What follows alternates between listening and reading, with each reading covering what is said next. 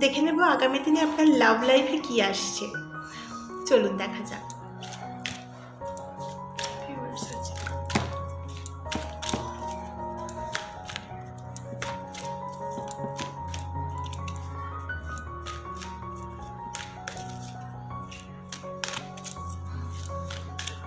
Love life,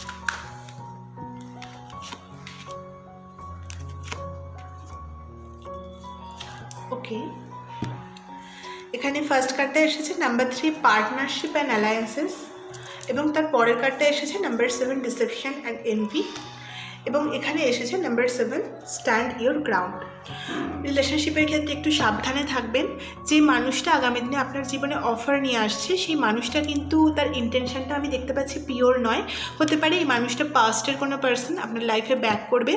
আপনাকে আপনার গ্রাউন্ডে স্ট্যান্ড করতে বলা হচ্ছে, অর্থাৎ আপনি যে চিন্তাভাবনা নিয়ে এতদিন রয়েছেন আপনি জানেন কি করা উচিত, তো সেই জায়গাটায় থাকুন। এখানে 7 দেখতে পাচ্ছি, 7 কেতুর নাম্বার, তো এটা ডিসস্যাটিসফ্যাকশনের সাথেও রিলেটেড। তো হতে পারে যে এই মানুষটা যদি আপনাকে খুব বেশি ম্যানিপুলেট করার চেষ্টা করেন এবং আপনি তাকে সুযোগ দেন, তো সেক্ষেত্রে কিন্তু একটা ডিসেপশন বা একটা ঠকানোর এনার্জি আমি দেখতে পাচ্ছি, যে এনার ইন্টেনশনটা এখনও পুরো পিওর নয়।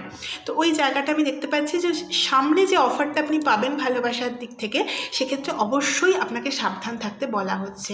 তো এটাই ছিল আজকের রিডিং। ভালো থাকবেন।